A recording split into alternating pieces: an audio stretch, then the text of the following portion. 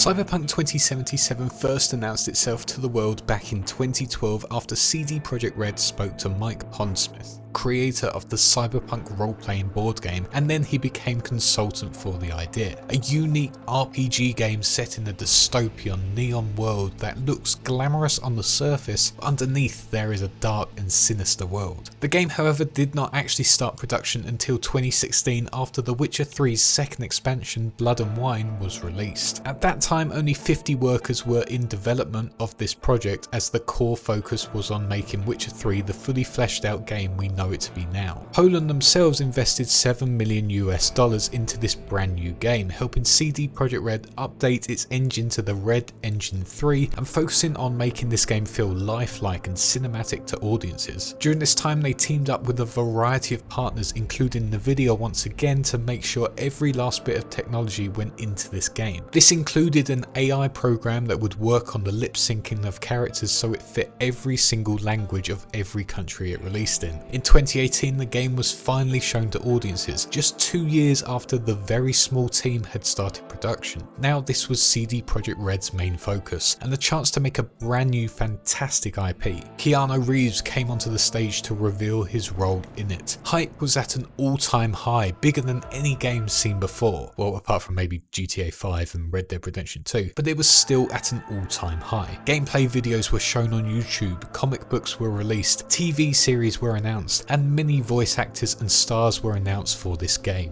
In 2020, well, we all know what happened. A pandemic hit the world, causing millions to stay at home. The same applied for studios. And starting in March 2020, the whole of CD Projekt Red had to work on this mammoth title from the comfort of their homes. Delays after delays hit, and worries started setting in, not only for fans, but for everyone at the top of CD Projekt Red. Stockholders were angry at the delays, and it was felt like they weren't going to get that Christmas money. They were also experiencing an absolute ton of crunch time, as reports stated the development of this game was an utter disaster. Then finally, CD Projekt Red announced Cyberpunk 2077 would definitely come out on the 10th of December 2020, just 15 days before the biggest holiday in the Western calendar. On the 10th of December 2020, Cyberpunk 2077 was released, and the result was this.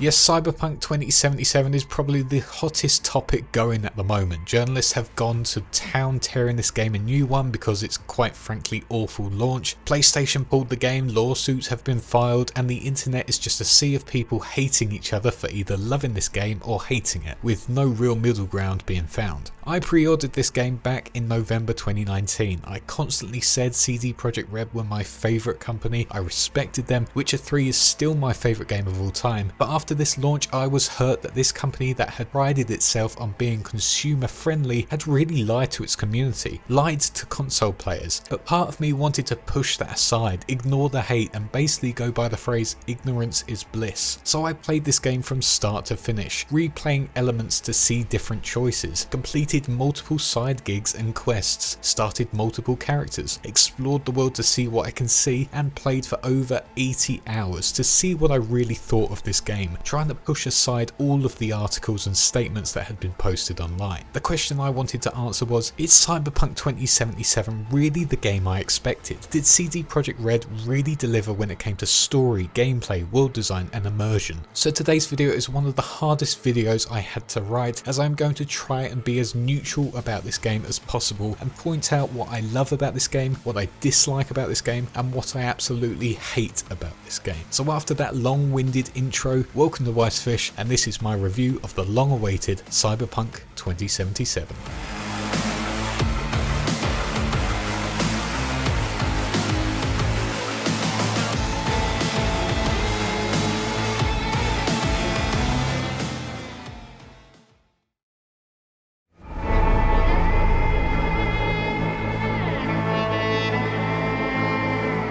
If there's one thing I always expect from any CD Projekt Red game, it's its rich, engaging story. We can go on and on about the gameplay. Maybe Witcher 3 was bang average in terms of combat, Witcher 1 was honestly hard to play through because of its gameplay, Witcher 2 was improved but was it really revolutionary? But regardless, I think it's safe to say that when it came to writing, characters and storytelling, CD Projekt Red are still one of the top studios who deliver really gripping tales that allow players to really immerse themselves into that universe. Even their Gwent game Thronebreaker had a really decent story, and that wasn't even a mainline title. Cyberpunk 2077 thankfully is no different. Basing itself off of famous cyberpunk inspired universes of Blade Runner, System Shock, Deus Ex and Mike Pondsmith's board game, Cyberpunk 2077 looks at a dark, gritty world where corruption, corporations, gangs and violence plague the streets. It portrays a world that is almost forgotten, a world so bleak it's hard to imagine, yet at the same time feels like we aren't far away from. When Keanu Reeves' famous line played at the E3 event,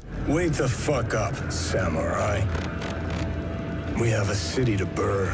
I felt like this was going to be a story about fighting back against the corrupt world, and it sort of is, but I felt like Cyberpunk 2077's story is much deeper than that. There is much more of a personal feeling to this game. It's not grand scale where you are the changing force in this world. In fact, it's much more of an intimate journey about finding yourself, finding who this character of V is, moulding his actions, deciding his morality, and questioning what it means to be a human in Night City and the world. During your time you are burdened with the presence of Keanu Reeves' character Johnny Silverhand, and without spoiling it too much, you are bound together throughout this story. Within every mission he is there, and to me felt like he was your subconscious questioning your actions. He has his set personality, but the further you go along in the story, the more you can either welcome him in and listen to what he has to say, or push him further back, and that affects your final outcome in the last mission. Whilst the story doesn't question things all the time like it does in other cyberpunk dystopian future stories like Black Mirror or Blade Runner, I did feel like I was constantly thinking to myself about what this means for V, how I would respond in this instance. Johnny said he'd do it this way, but if I listen to him all the time, am I actually in control? And one important thing I always asked myself was, is Johnny Silverhand actually real? Or is he just a voice that makes me question who I really am and what I stand for, like an alter ego to some extent? There is some real depth to the main story, but I do feel like it could have gone a bit further down this rabbit hole of humanity and living in this dark, morbid, dystopian world. Maybe it could have had more downtime moments where we could have a heart-to-heart with ourselves, or Jackie, our best friend, or Johnny, who is with us throughout this whole story. Those moments could really bring about more heart and depth to what everything is about, how we the player feel about our characters, what it means to live in Night City itself. There are small glimpses of this in the main story, but I felt like it could have gone further at times, and I think this is because the main story is actually quite short in length compared to Witcher 3 for example. In that time, however, you do meet some absolutely fantastically written and voice acted characters such as Panam, Takimura, Misty, Jackie, Judy and so many more. The way the story is told from that first person perspective is honestly fantastic, such a fantastic piece of direction. It just immerses you into the conversation. That person who is helping you out is directly in front of you and you are taking everything in. That is also helped by the small minute details that they do. For example, Jackie's twitching leg just before a big mission to show his nerves, Victor's worried face as he tries not to look at you when he tells you some bad news, and even with V himself, when he gets nervous or angry in a bit of dialogue, your camera reflects the increase in his breathing and heart rate. It really is unlike any other storytelling experience I have experienced before. Johnny himself is this angry individual who just wants constant revenge for events that happened in his past. Whilst there were times where I honestly felt like Keanu didn't get some of the lines, I have to say I love him as Johnny Silverhand. I feel like it's a role he needed, as we always see him as good guy Keanu, and this flip to a character who is quite honestly a nasty piece of work, who is only out for himself, was refreshing. I enjoyed our moments together on screen, and I felt like he did a stellar performance throughout, apart from just a few lines that for me felt a bit flat. But in terms of main story, it is filled with some really incredible moments that are only highlighted by the fantastic soundtrack that is like listening to some of the dark, gritty Witcher 3 tracks, but with a cyber remix to them. And with those tracks added to the game, it just makes those hard-hitting beats really stand out so much more. It has epic battle moments against some big enemies, it has nice downbeat moments where you can just sit and talk to the characters, and really it has a great pacing, clear beginning, middle and end, and finishes for me in a really climactic way. The last few missions I felt like lost its mojo a little bit, especially in terms of the gameplay, but then the writing just kicked in once again with a heartfelt moment or a tense moment, and I was just in awe once again. Whilst I'm not 100% sure what the ending I got meant, I still felt really satisfied with it, and I was actually quite sad to see those credits roll when it was all over. However, I do have to question how this story goes forward. The urgency of the main quest is quite dominant throughout, and the final mission is quite final. I mean, to get back to the open world section, you have to reload a save point before the final mission. There's no further endgame stuff after that level. So I do have to question, how on earth will the expansions work, and will they be after the final story mission, or will you be doing the expansion before completing that final mission,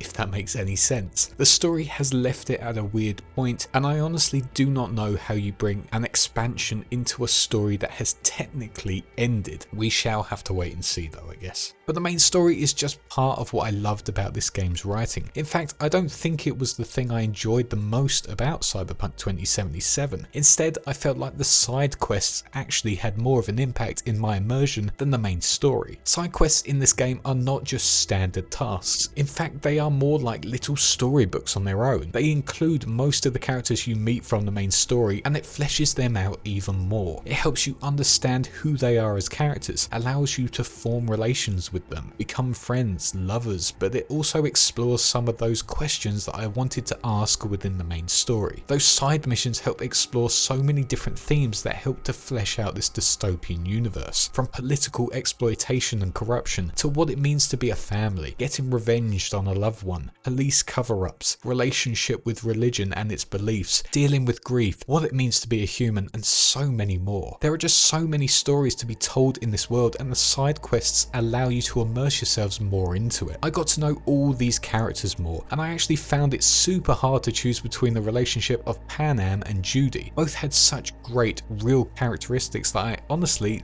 and call me a simp all you want, but I loved both of these characters and their personalities. One side quest, for example, just had me meeting a client to go and kill someone, and it ended up turning into a discussion about what religion actually means. Is it delusional to think that there's a force controlling us? Is there more to life than just humanity? What does forgiveness actually mean, and can people be truly forgiven even if they have done horrific things? It's such a thought-provoking story that I really did not expect, and the ending was just, well, it was just so poetic and well pieced together. The side quests for me were like little separate stories, but they affected the main story massively, allowing you to have so many more options going into the last portion of the game. But it also changed my decisions going forward. I felt like I connected to Johnny more by playing his side missions. I felt like main mission choices were so much harder because of all the time I spent with certain individuals in the side missions, and by the end I felt like V's journey had really been shaped by my actions. I actually was sad to say goodbye to some characters when I got to the end of their story arcs. I wanted to keep playing with them. Judy and Panam's final missions, for example, were like saying goodbye to a dear friend, and they are all so personal. There's no overlapping quest design, all the levels are fitting of their characters, and they stood out for me massively. I do really feel like they could have expanded more on your select backstories, however. I personally love the start of the different background choices, the nomad with its western feel and the run from the law, the street kids trying to pay off debts and their ongoing war against other gangs and the police, and the corpos with their love for business and being surrounded by corruption. But after their prologue, that's it really. You get dialogue options you can use for meeting different people, so for Corpo I was able to speak easier to other Corpo characters, but I would have loved maybe a background mission where you fulfill your role as a Corpo, street kid or nomad, and made me feel like I fit into that role. I honestly forgot at times I even picked Corpo for my main playthrough, and that to me was a bit of a shame. It was nice to have the dialogue choices, but I wanted more from this background choice. I also felt like the relationship with Jackie at the start is a bit weird. I played the Corpo first and that felt natural. They were already friends and you can kind of see the bonds that they have. But with Nomad, he is a complete stranger who you meet for a job and then you are suddenly instantly friends. And with Street Kid, he knows you to some extent and respects you for also being a street kid, but again, you just instantly become friends. I love Jackie's character and I think he is so great in terms of dialogue, but I would have loved a bit more development between him and V. I don't really like that after the prologue cutscene we are suddenly like besties. Let me decide the relationship of those two at the beginning. It just felt a bit odd to me. But overall, CD Projekt Red lived up to their name when it comes to writing, characters and all-round storytelling. Maybe someone who immerses themselves in a lot of Cyberpunk universes may find more flaws to the way it's told, but for me personally, I felt like it was a really intimate story with totally believable characters that were likable, lovable and outright nasty pieces of work. The way the story is told from the first person perspective was incredible, and all round it really was a great story that was hard to let go in the end, both with the main story and the side stories. Choices I felt personally mattered, and by the end I was pretty comfortable that I had moulded V into a character that I wanted him to be, and I had formed the right relationships with characters throughout my adventure. Cyberpunk 2077 is a beautiful story that I'd be happy to go back to time and time again.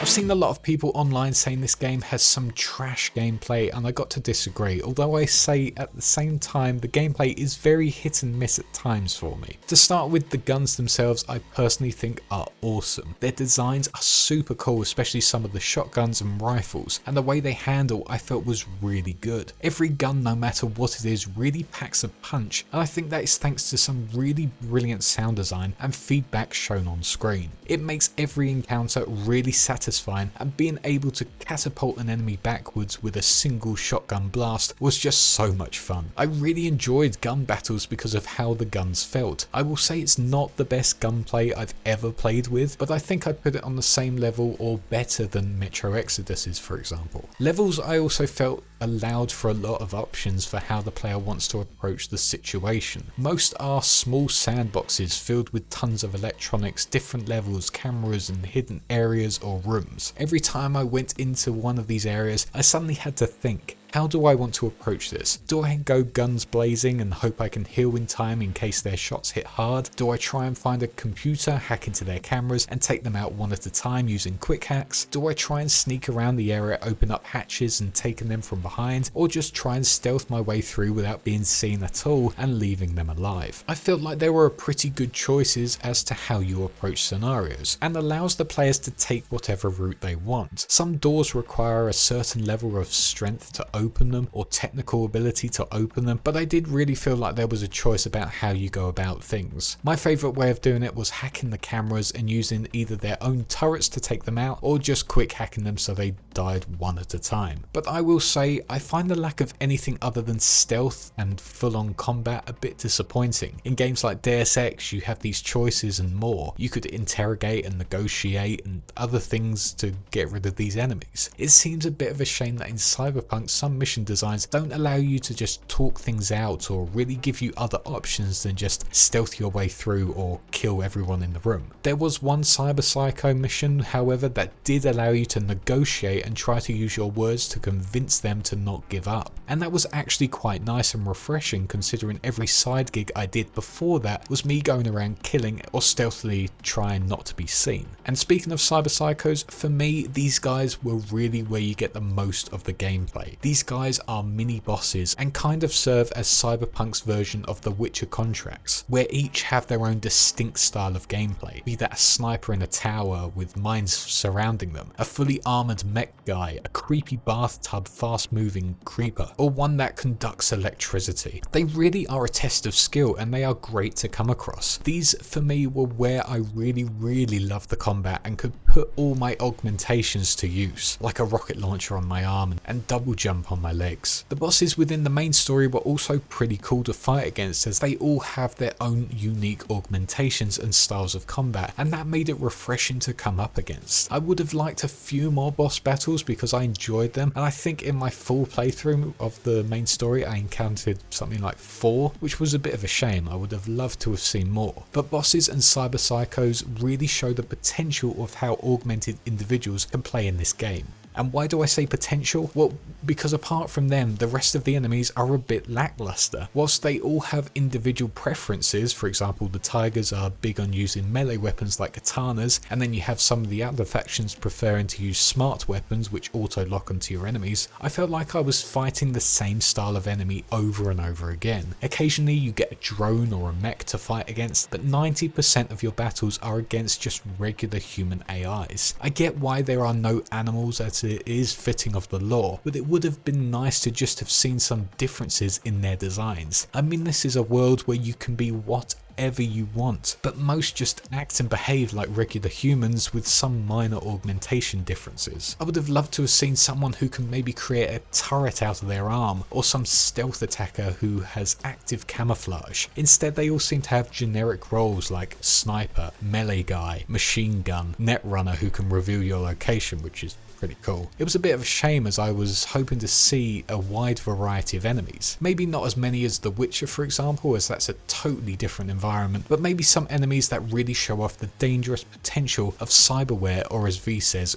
chrome. On top of that, I also didn't feel like the AI were very smart at times. There were times where it looked like they were being intelligent, like getting to cover and attacking when I was in cover, but most of the time they did the same actions over and over again. Some would literally collapse over their dead friend and just flail around on the floor, and when it came to me taking them out one at a time, they just didn't ever seem that bothered or very active with their looking. I was playing on regular difficulty, so maybe at higher level difficulty they'd be different in their actions, but I wasn't massively impressed. They also say the same lines over and over and over again, which is just so frustrating, especially when you are trying to stealth your way through and you hear the line, "What are you, 5? Show yourself," over and over again. Stealth also at times just seems a bit bugged, and I'll get into the bugs later on, so don't you worry. But there were times where I'd be slowly making my way through, then suddenly instantly combat would start and I didn't even know I broke my cover. One mission I had a friendly AI with me, and for some reason, despite being very good at being stealthy, V just shouts, "I've been spotted,"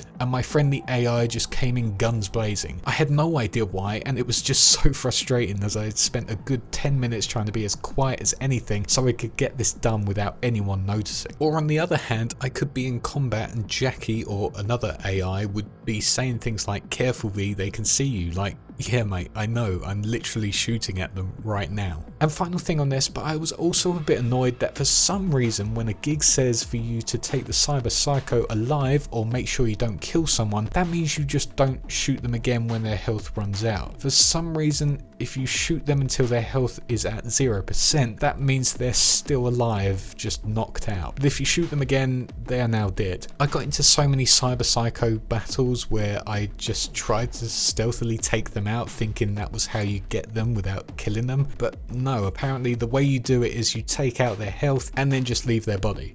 It seems odd. At least there should be a button that says spare them or kill them, in my opinion. I got annoyed when I got a text saying it's a shame you couldn't spare them, and I had no idea how I separate sparing them from killing them. But maybe that was just a personal problem for me. But I just felt like it was a weird way of managing sparing someone and killing them. At least let me take cyber psychos from behind if you want me to not kill them. It just seems weird that you unload so many bullets into them and it just knocks them out. That doesn't really make sense to me. But I I don't know. Anyways, moving on. I wasn't massively impressed by the skill tree either. I mean, it is massive and there are so many things to unlock, but I felt like it was a bit too big. There were some things I just was not able to touch or get to play with. I also felt like there wasn't a lot in terms of build diversity. Instead, the unlocks give you a slight increase in damage or something like that, but it didn't feel like there was much for making a super sniper, cyber V or a melee focused character, and I felt like that was a bit of a shame. I feel like that was where the RPG elements were lacking, and more room for build diversity would have been really nice. As mentioned earlier, some of the main skills allow you to open up dialogue options and break into buildings, but apart from that I was a bit disappointed by the skill tree, and it wasn't as complex as it looked when I first opened up the menu. Cyber optics were really the thing that varied up the gameplay. Being able to attach new arms that equip a rocket launcher or a health system within your heart was great for varying up your gameplay. You can put blades in your arms if you really wanted to dedicate your gameplay to melee combat, and there are also other little things you can add to your body to vary up how you play the game. However, there was quite a lack of choice I found, and you really have to search all the fixes to find the best items. I found the one in Pacifica to be the best, but it was a real lack of choice to these items. Quick hacks were also things I absolutely loved playing around with. These consist of things like contagion, which spreads a virus to nearby enemies and damages them over time, spreading to anyone nearby. Or there's a deadly shock which can wipe out an enemy's health almost instantly. These are so great if you want to be stealthy and take enemies out one at a time. In the final third of my playthrough, I was using these all the time as I just enjoyed messing about with the enemies from a distance and using weapons only as a last resort. But then we get to another negative, the crafting system and the RPG loot elements this game uses. I really dislike the color-coded weapon system the game uses, and yes, to some extent it's the same as what The Witcher does, but it is really annoying getting this really cool gun passed to you by Pan Am, for example. Then within a few levels, its DPS level is just much lower than anything else. I would much rather have been able to get certain guns and have them level up, instead of going around looting every gun on the battlefield hoping they have a higher damage rate.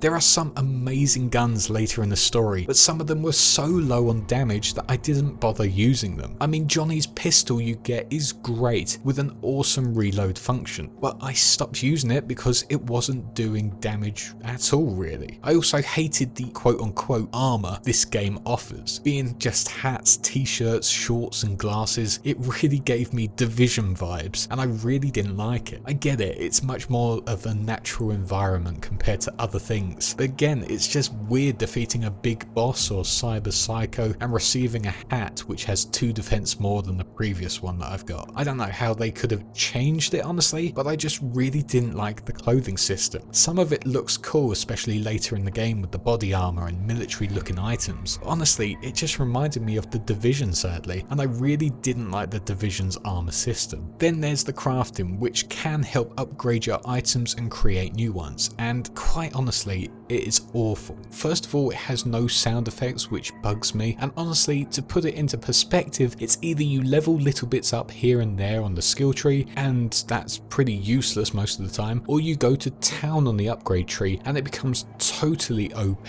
There is no middle ground at all. I leveled up bits here and there, but every time I created a new weapon or upgraded one, it just came out under leveled, still costing me an absolute fortune in resources and eddies, and if you want to craft in this game, you really need to put all your points into it. Otherwise, honestly, it's just a waste of time. But overall, I did enjoy Cyberpunk 2077's gameplay for the most part. The actual combat with weapons, melee weapons, quick hacks and cyberware was really enjoyable, and when fighting against some of the gangs and some of the bosses within this game, you can just see how enjoyable it really is. But the RPG elements in the skill tree are a bit disappointing. The loot system wasn't my personal cup of tea. There seems to be a lack of choice other than stealth or run and gun, and the crafting system is just utterly pointless. I had good fun in missions, don't get me wrong, but there are things I feel personally that CD Projekt Red could do better when it comes to gameplay design, and going forward with their DLCs and expansions, I really hope they can refine some elements so that the great gameplay moments can shine and we get more choice with our playstyles going forward. This isn't revolutionary in its design at all, but I had great fun shooting, stealthing and hacking my way around this world.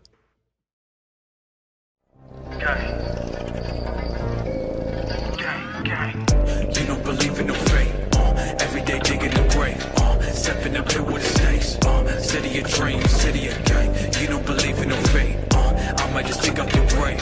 Step in the pit with a gang. City of dreams, city of gang. Cyberpunk 2077 doesn't just tell a story through its writing or its characters, it also tells a fantastic story through its world design. Night City is honestly one of the most beautiful looking worlds I have ever been in a video game. There is so much detail to this world that I don't even know where to begin. Every single area on the map has its own unique identity, from Chinatown to Japantown to the center of the city with the Arasaka Tower to the slums where the voodoo boys of Pacifica live. There is just so much being shown off here. It gives Night City its identity and displays to the player who lives in this world and what state they are living in. Within these areas, every NPC has their own unique way of behaving or a culture to some extent. The voodoo boys speak in French, listen to rap music, and are a lot more hostile to anyone coming from outside Pacifica. Chinatown and Japantown have a lot more focus on open markets and businesses, as the advertisements cover the city everywhere you look. Then you have the awesome nomads who live out in the desert away from the busy nature of the city centre. They live out in the Badlands, sitting at fires, playing music as the glow of Night City shines in the distance. Like with Witcher 3, every location is so unique and detailed. It's unbelievable to think that humans created this world. It's just so complex. Graffiti on the walls, dumpster fires of the homeless, advertisements on every single wall. I cannot get over how amazing this city is. On top of that, with RTX on, if you can have it on, this game is a whole nother level of beauty, especially at night. Just driving around the streets after it has just been raining, having the glow of the neon lights and road lights reflect on your car and road is just, I mean, you cannot say this doesn't look incredible. Verticality is also something that just amazed me. One way I played this game was I just turned off the HUD elements and went for a drive in the city just to see where I ended up, and I was amazed with just the road layouts. You can go up on a highway, down into a remote residential area, then back onto a motorway that leads onto a bridge over the water, then onto an industrial park. Then I would get out of my car and find a lift that would take me up a building, and at the top was a market with a gun store. I mean, I just don't know how they designed this to be so detailed everywhere, where you can literally get lost and find things that you think wouldn't be there. I loved venturing around this world and seeing everything, finding spots where I could park up and just look out at the beautiful landscape of Night City. That said, there are things I was disappointed with. To start with, as much as I love venturing around this world, and as much as I love the designs of all the cars in this game, especially the Nomad cars, my god, driving is absolutely horrible. Cars are either way too sluggish that it feels like you are driving a 200-ton truck, or they are way too powerful on the back end, meaning every turn you are losing the back end of the car and going spinning. Motorbikes are also awful to control, and it was just not a pleasant experience driving. I used a mouse and keyboard at first, but quickly changed to a controller, and whilst I eventually got used to driving, as someone who plays a lot of racing games, I can tell you now, driving was not that great. That and the render distance when traveling in a car really pulls you out of the immersion, as street lamps or rocks in the desert just immediately pop up in front of you, and it's just so disheartening, especially when this game looks so good most of the time. But to have pop-ins really ruins that experience, and some of the lighting at times is just absolutely blinding that, again, it ruins the experience. And don't even get me started on the NPCs driving on the streets. How we haven't advanced in intelligence is beyond me. If you park in the middle of the road, AI cars just sit there and hoot, not trying to move around or get out and threaten you. They just sit there like, oh well, yes, I'll wait. Their driving is also, well, it's just bad, okay? Speaking of NPCs, why do none of them want to pick a fight? I can walk into people all the time or punch people and they just either insult you or just run away. I feel like in a world like Night City, people would be a bit more brutal, and if someone messed with them, they'd take offense and hit back. I get why no one does anything when you bump into them, because the worlds are so populated you'll be doing that all the time. Man, why can't you just have a fist fight with NPCs without the police instantly spawning and trying to kill you? Speaking of the police,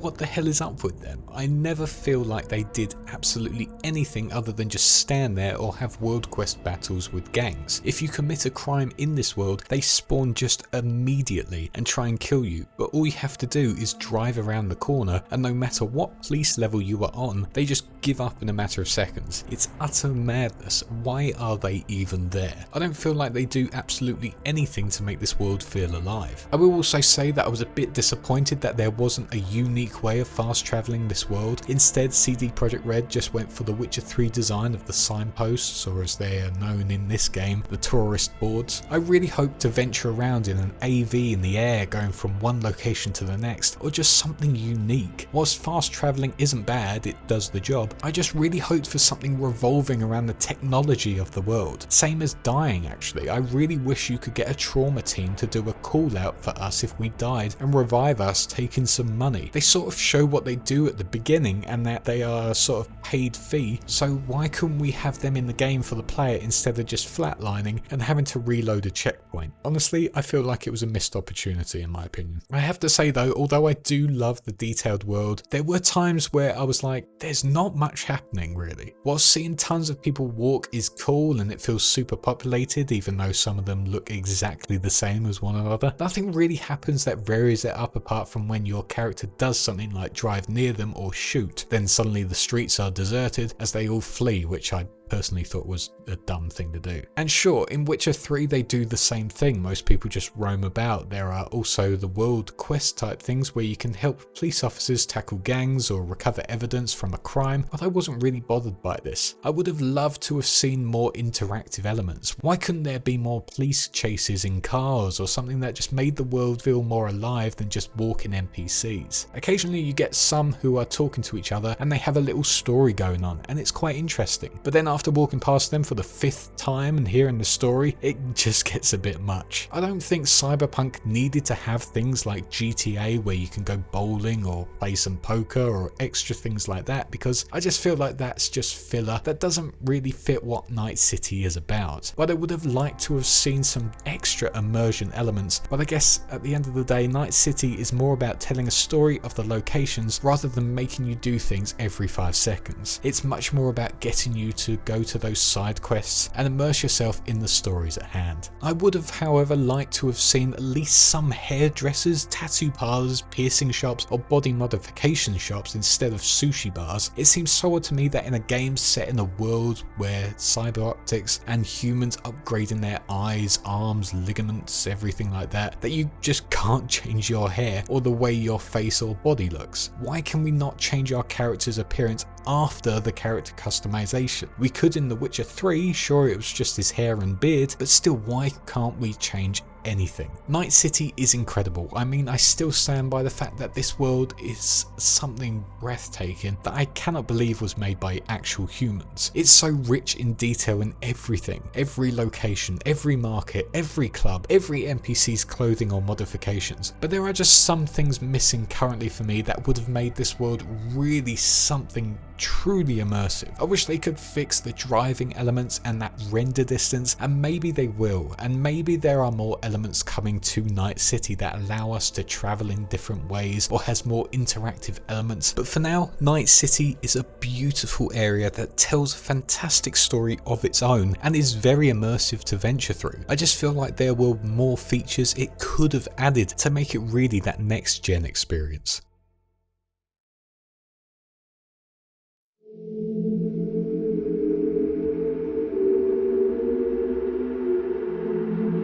I won't speak for long on this section because nothing has really changed. This game has now, on the making of this video, had 2 patches and 3 hot fixes, and quite honestly, apart from some minor optimization fixes on PC, the game still feels miles off from full release. I play on PC, Ryzen 3700X and an RTX 2070 Super, and for the most part I was hitting 60 to 70 frames per second on high with RTX on, and I absolutely loved it. But there were still moments where where I'd enter a part of Night City or even a building and my frames per second would drop to 30 or even sometimes 20. It really bugged me, no pun intended, but it wasn't that bad most of the time. The times it hit the most were in overpopulated areas with tons of light sources, which is to be expected, and during heavy RTX moments like this street race here. Optimization does bother me as I like a steady frame rate in my games, but it's not like Cyberpunk is the worst optimized game for PC anyway. I mean, Horizon Zero Dawn on PC was just as bad on its release. The thing I hate about Cyberpunk is the appalling immersion breaking bugs which absolutely destroy some big hit moments. I have so many written down, but quite honestly I don't want to spend 5 minutes listing them off, but this one here summed it up for me. This clip is 20 minutes into the game, the most refined part of the game, or so you'd think, which was showed off in 2018, and it still has Jackie walking through the damn lift doors. After 3 hotfixes, it is still there, and now after the latest hotfix, I can't even get the lift working here. So it's a good thing I started the game on launch, because now I can't even get a second playthrough going. Cars piling up in the streets, floating NPCs, my car spawning in another car and completely obliterating it, floating objects, lack of mouth movement in some key dialogue moments, dialogue just disappearing, some dodgy physics systems, and the fact that you can't fly off your motorbike like you can in GTA. The game is an utter mess, and it angers me so much that it was launched in this state, because for the most part the game is absolutely fantastic and I love it to bits, but I cannot defend CD Projekt Red here. Even though on PC it runs well like 80% of the time, some of these bugs are just outrageous and ruin the story, which is the selling point of this game. You can say, well, Witcher 3 was just as bad or Bethesda games are the same, but it doesn't matter. I get open world games are harder to manage over linear ones, but if Fallout 76 got flack for its horrible bugs and glitches, then Cyberpunk 2077 shouldn't get away with it either. I had so much fun in this game and I immersed myself in it, and it really was the highlight of 2020 for me personally, but to say the bugs and optimization problems didn't bother me would be a huge stinking lie. The game should have been released in July 2021 at least, but sadly they didn't, and their reputation has been ruined, and I feel like everything I have said in this video really means nothing to some people. Their minds have been made up. CD Projekt Red lied about Cyberpunk 2077 on console, and the game is not in a fully playable state to be released, and although I love the story, the characters, the world, the gameplay, I just cannot defend the way this game launched. I am sad that this game